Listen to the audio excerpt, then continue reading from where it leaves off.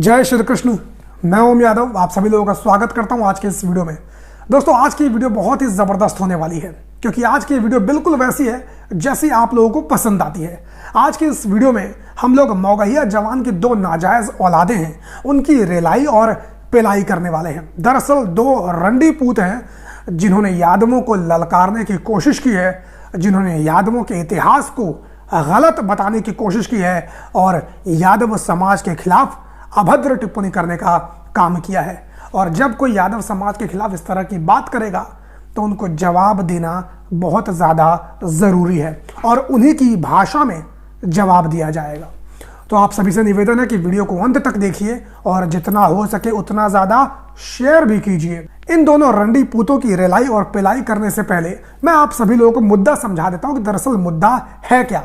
दरअसल दोस्तों भोजपुरी इंडस्ट्री में संतोष रेणु यादव नाम का एक कोई भोजपुरी कलाकार है जिसने अभी कल या परसों कोई लाइव वीडियो बनाई थी और उस लाइव वीडियो में इसने कई तरह की बातें कही, लेकिन एक बात इसने कही, उसने कहा कि भैया हम यादव हैं, अहिर जाति से आते हैं, हम भगवान श्री कृष्ण के वंशज हैं और अगर हमें छेड़ने की कोशिश करोगे तो महाभारत हो जाएगी।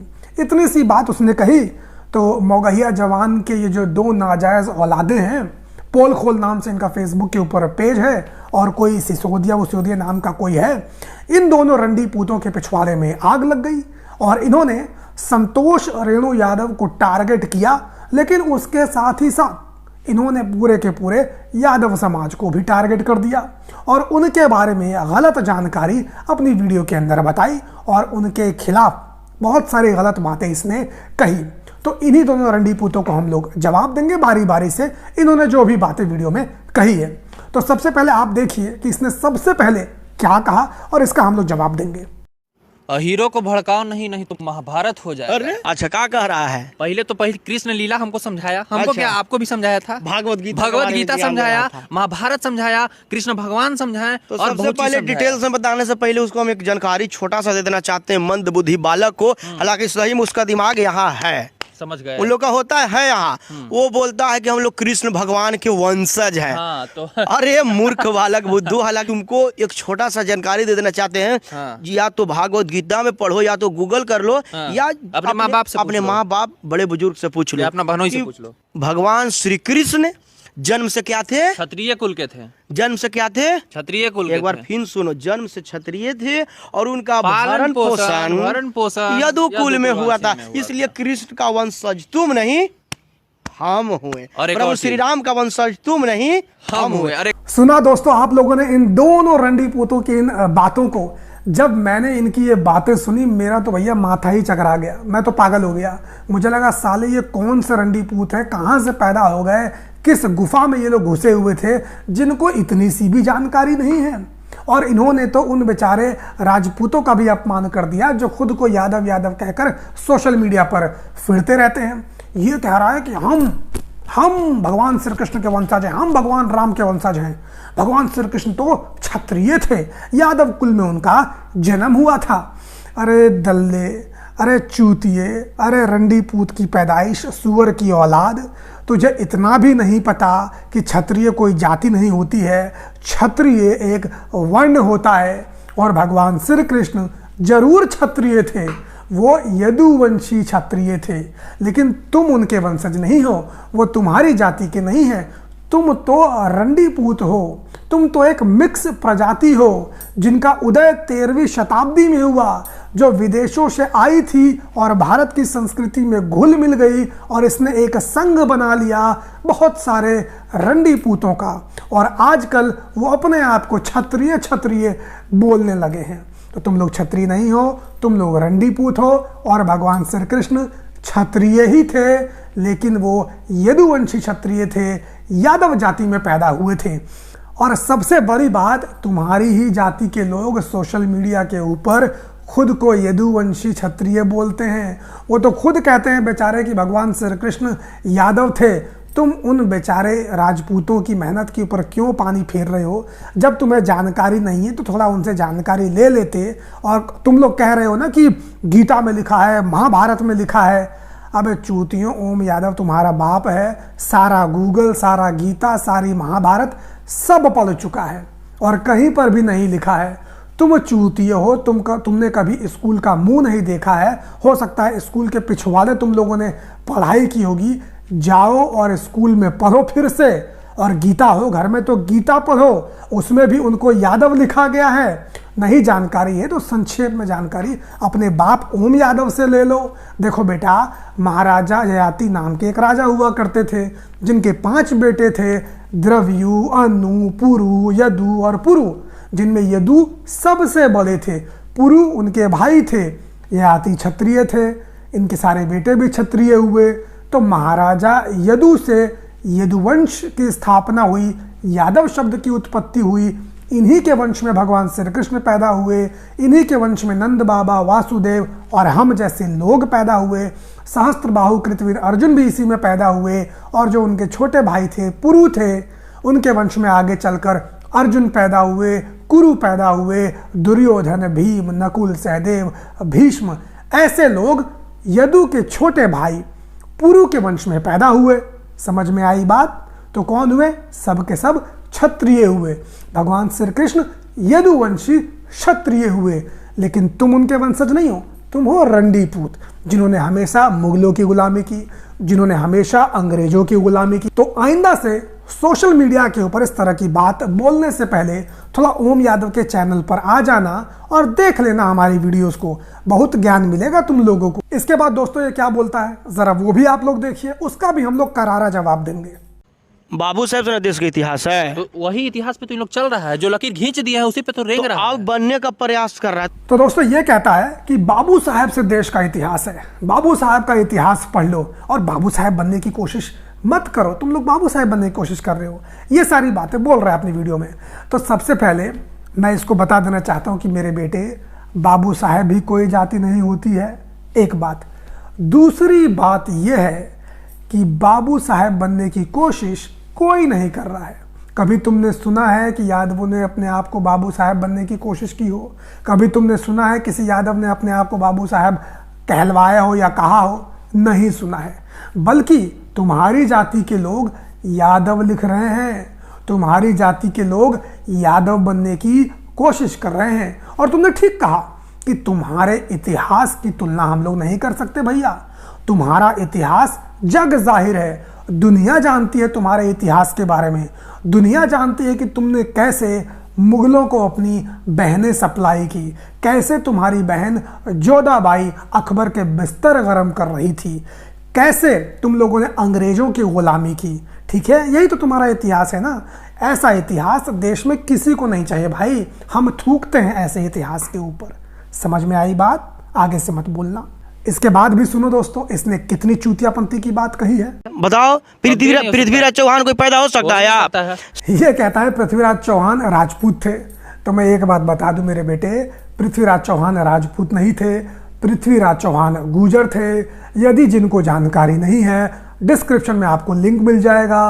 पृथ्वीराज चौहान गुर्जर थे, उसके सारे साक्ष्य, उसके सारे प्रमाण उस वीडियो में आप लोगों को मिल जाएंगे, आप लोग जाकर देख लेना। तो ये भी एक झूठा प्रोपेगेंडा है जो इनकी तरफ से फैलाया जाता है। इसके बाद सुनिए दोस्तों, ये शेर सिंह राणा का नाम ले रहा है, सुनिए। शेर सिंह राणा पैदा हो सकता है कोई? पहली बात तो मैं आप लोगों को बता दूं, शेर सिंह राणा हम नहीं बनना चाहते। शेर सिंह राणा था कौन, उसका योगदान क्या है, जिनको नहीं पता दोस्तों मैं आप लोगों को बताता हूं। एक फर्जी कहानी शेर सिंह राणा और इनकी जाति के लोगों ने फैला रखी है।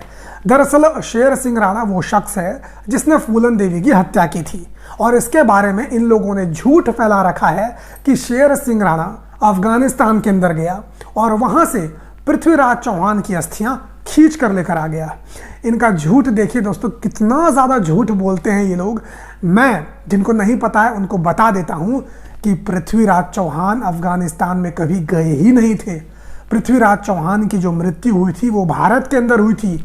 ना ही भारत का कोई इतिहासकार, ना ही विदेशों का कोई इतिहासकार, ना ही मुसलमानों का कोई इतिहासकार, कोई भी इतिहासकार इस बात को नहीं मानता है कि पृथ्वीराज चौहान की मौत अफगानिस्तान में हुई थी। सबका यही मानना है कि पृथ्वीराज चौहान की मौत भारत के अंदर हुई थी।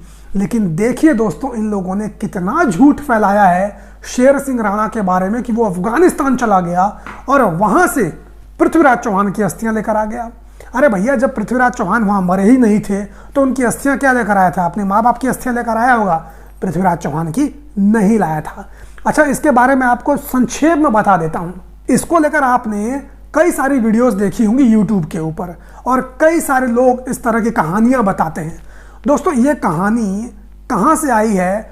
वो आई है पृथ्वीराज चौहान के एक कवि थे, राज के कवि थे, उनका नाम था चंद्रबरदाई। चंद्रबरदाई ने पृथ्वीराज रासो नाम की एक किताब लिखी है, और उस किताब में उन्होंने एक कहानी का जिक्र किया है।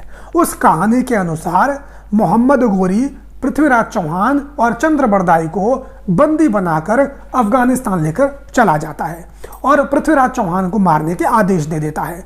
तभी चंद्रबरदाई मोहम्मद गोरी से कहते हैं कि पृथ्वीराज चौहान को शब्द भेदी बाण चलाना आता है, तो आप इन्हें ऐसे मत मारिए, और इनके शब्द भेदी बाण की जो कला है उसको भी देख लीजिए। मोहम्मद गोरी ने पृथ्वीराज चौहान की आंखें फोड़ दी थी, इसीलिए वो कहता है कि पृथ्वीराज चौहान को शब्द भेदी बाण चलाने आते हैं, तो इनकी कला को भी देख लीजिए। तो मोहम्मद गोरी कहता है कि ठीक है भाई, अगर इसको इतनी अच्छी कला आती है तो दिखाओ। तो होता यह है कि जो चंद्रबरदाई है वो संस्कृत में कुछ ऐसी बात बोलता है, संस्कृत भाषा में वो बताता है कि मोहम्मद गोरी कितनी दूर बैठा हुआ है, कितनी ऊंचाई पर बैठा हुआ है, और इन सब चीज़ों से पृथ्वीराज चौहान अंदाजा लगा लेते हैं और तीर मारते हैं, सीधा मोहम्मद गोरी को लग जाता है और मोहम्मद गोरी की वहीं पर मौत हो जाती है। फिर उसके बाद जितने भी लोग होते हैं दरबार में, वो सब के सब पृथ्वीराज चौहान और मोहम्मद गोरी को मार देते हैं। अब आप दोस्तों मुझे एक बात बताइए, कितनी फर्जी कहानी है ये। जब चंद्रबरदाई ही मर गया, जब पृथ्वी चौहान ही मर गए, जब ये मोहम्मद गोरी ही मर गया, सब के सब मर गए, तो भैया ये चंद्रबरदाई की किताब किसने लिखी? चंद्रबरदाई की आत्मा आई थी क्या उसमें इन सारी घटनाओं का जिक्र करने के लिए? लेकिन कुछ लोग कहते हैं कि बाद में उसके बेटे ने लिखी।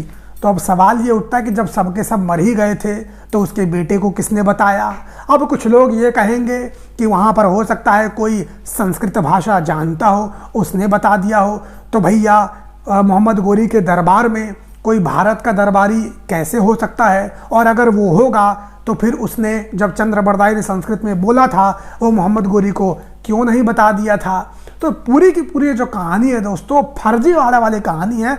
इसीलिए देश का, दुनिया का कोई भी इतिहासकार इस कहानी को नहीं मानता है। इन लोगों ने फर्जी कहानी गढ़ी है और उसी पर ये लोग गर्व करते हैं। दरअसल दोस्तों ये लोग पढ़े लिखे होते नहीं हैं, ये लोग अनपढ़ होते हैं। ना इन्होंने कभी इतिहास पढ़ा है, ना इन्होंने कभी वेद पढ़ा है, ना इन्होंने कभी पुराण पढ़ा है। इसीलिए इनको किसी प्रकार की कोई जानकारी है नहीं। यूट्यूब वीडियो बनाते हैं, मुंह से जो आता है उसको हक देते हैं। अब दोस्तों ये सेना में अहिर रेजिमेंट को लेकर बड़ी आपत्तिजनक बात कहता है, जरा सुन लीजिए। अच्छा, जहाँ और सेना में भी हाँ सुनिए, राजपूताना सुनिए, रेजिमेंट हाँ, बिल्कुल है ना, इन लोग अहिर रेजिमेंट का मांग करते करते मर रहा है। हालांकि मांगने से कब तक मिलेगा? मांगने से कुछ लोग विरासत में मिलता है, मांगने से मिलता हम भीख मिलेगा। हम जैसे आरक्षण, हाँ बिल्कुल, कोई भी देश में सरकार बनाना हो, आरक्षण का मुद्दा उठा दीजिए। और ये आरक्षण किसके खिलाफ है? जनरल कास्ट के खिलाफ, ब्राह्मण, हाँ, मतलब बाबू साहब जो भी आते हैं। दोस्तों ये सेना में राजपूत रेजिमेंट के ऊपर बड़ा गर्व महसूस कर रहा है और वो यादवों का अपमान कर रहा है, यादवों की हंसी उड़ा रहा है कि यादव समाज के लोग अहिर रेजिमेंट की मांग कर रहे हैं, और कह रहा है कि भीख से अहिर रेजिमेंट या कोई भी रेजिमेंट नहीं मिलती है, भीख से तो आरक्षण मिलता है।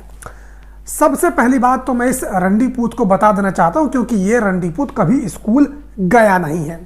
ये स्क्रीन के ऊपर आप लोग तस्वीर देख लीजिए, ये राजपूत महासभा की तस्वीर है।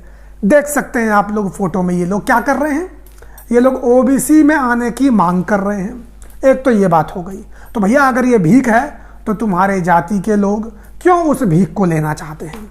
दूसरी बात मैं आप लोगों को बता दूं कि अभी अभी कुछ सालों पहले भारत सरकार ने जितनी भी सो कॉल्ड जनरल कास्ट हैं उनको 10% आरक्षण दिया है। तो यदि आरक्षण भीख है तो तुम भी तो भीख ले रहे हो, तुम कहाँ भीख ले रहे हो? तीसरी बात, ये स्क्रीन के ऊपर कुछ स्टेट्स हैं दोस्तों, इन स्टेट्स में राजपूत जाति के लोग यानी इसकी जाति के लोग ओबीसी में आते हैं दोस्तों। तो अगर ये भीख है तो इनकी जाति के लोग ये भीख कहाँ ले रहे हैं? और इसका मतलब ये बोल रहा है कि ये भीख है तो फिर ये भी भिखारी हो गया। इसके माँ बाप, इसके खानदान, इसकी जाति सब की सब भिखारी हो गई। दूसरी बात ये कहता है कि इसकी रेजिमेंट है, तो रेजिमेंट तुम्हारी कैसे है ये पूरा देश जानता है। जब तुम लोग अंग्रेज़ों की गुलामी करोगे, जिस समय इस देश की सभी जातियां अंग्रेज़ों को भारत से भगाने के लिए लड़ाइयाँ लड़ रही थी, उस समय तुम्हारी जाति के लोग अंग्रेज़ों की गुलामी कर रहे थे। जो इंग्लैंड की महारानी थी उसके तलवे चाटने का काम कर रहे थे और उसको छाता दिखाने का काम कर रहे थे। तो रेजिमेंट तुम्हारी नहीं बनेगी तो किसकी बनेगी? तुम लोगों ने जिसकी सत्ता रही है, जिसका राज रहा है, तुम हमेशा उसके पूत बन जाते हो, तो भैया फायदा तो उसका तुम्हें मिलेगा ही, इसलिए तुम्हारी रेजिमेंट बन गई। अब दोस्तों ये कहता है कि अहिर जाति के लोग तो सिंह लगाने लगे हैं। मैं चाहता हूं पहले सुनिए, फिर उसके बाद करारा जवाब देंगे इन रंडी पूतों को। हम जहाँ तक जानते हैं कि आजकल के जितने भी अहिर लोग सिंह लगाने लगे टाइटल में, हमने पहले भी आपको बताया था। अरे तो कोई कितनो मोच ऐंठ लेगा तो बबुआन हो जाएगा। सुना दोस्तों किस प्रकार से घमंड में बोल रहा है, जैसे कि सिंह शब्द के ऊपर इसकी बपौती हो। इस चूतिये को यही नहीं पता है कि इस दुनिया के अंदर, भारत के इतिहास में, यह कहूँगा कि दुनिया के इतिहास में अगर सिंह शब्द किसी ने पहली बार लगाया है दोस्तों, तो वो अहिर जाति के लोगों ने लगाया है, अहिर जाति के राजा ने लगाया है। जिसको डाउट हो डिस्क्रिप्शन में वीडियो दे दूंगा, जाकर देख लेना, पूरे फैक्ट्स के साथ मैंने उसमें बता रखा है। कई साल पहले, 1000 साल पहले जो नेपाल के अहिर राजा थे भुवन सिंह, उन्होंने सिंह शब्द अपने नाम के पीछे लगाया था और उस वक्त इनकी जाति अस्तित्व में ही नहीं आई थी। गौतम बुद्ध ने अपने नाम के पीछे सिंह लगाया था, शाक्य सिंह उनको उपाधि दी गई थी। उसके कई सालों के बाद इनकी जाति की उत्पत्ति हुई, 13वीं सदी के आसपास। उसके बाद इनकी जाति अस्तित्व में आई। उससे कई सालों पहले यदुवंशी राजा, अहिर राजा सिंह उपाधि अपने नाम के पीछे लगाते थे। उनका नाम था राजा भुवन सिंह। जिनको नहीं पता वो नेपाल का इतिहास जाकर पढ़ लें, और नहीं पता है तो डिस्क्रिप्शन में वीडियो है, जाकर उसको भी देख लें। तो दोस्तों इन दोनों चूतियों को कोई जानकारी नहीं है, बस अपना मुंह ये लोग लेकर आ गए। इसका जरा मुंह देखिए दोस्तों, ये इतनी बड़ी बड़ी बातें बोल रहा है, ये अपने आप को रंडीपूत होकर गर्व महसूस कर रहा है। किसी ने इसको 2 झापड़ मार दिए तो पैंट में वहीं पर ये मूत देगा, और ये इतनी बड़ी बड़ी बातें कर रहा है। लग रहा है कि साला खुद कुपोषण का शिकार है और ये यादवों के बारे में इस तरह की बातें बोल रहा है। इन सालों को शर्म भी नहीं आती है कि सोशल मीडिया पर आकर दुनिया के सामने ये लोग इतना झूठ बोल लेते हैं। मैं आप सभी लोगों से यही कहूंगा दोस्तों कि ये वीडियो ना इन दोनों रंडी पूतों तक जरा पहुंचा देना, क्योंकि इस वीडियो में मैंने लॉजिकली आंसर दिया है, ज्ञान की बातें बताई हैं। इन सालों को ये चीज़ पता ही नहीं है, तो ज़रा इन तक पहुंचाइए, इनको जानकारी मिले। जितना हो सके इस वीडियो को शेयर कीजिए, और जो भी आपकी राय है इस वीडियो के बारे में कमेंट करके ज़रूर मुझे बताइए। और चैनल को सब्सक्राइब नहीं किया तो चैनल को सब्सक्राइब कीजिए। ऐसे जितने भी लोग हैं उनकी हम लोग बैंड बजाएंगे। सोशल मीडिया फेसबुक के ऊपर इनका पोल खोल नाम का चैनल है, यानी पेज है, उस पर जाकर आप लोग इसकी वीडियोस को देख सकते हैं। तो आज की इस वीडियो में सिर्फ इतना ही। मुलाकात किसी और वीडियो में, तब तक बहुत बहुत धन्यवाद। जय हिंद, जय यादव, जय माधव।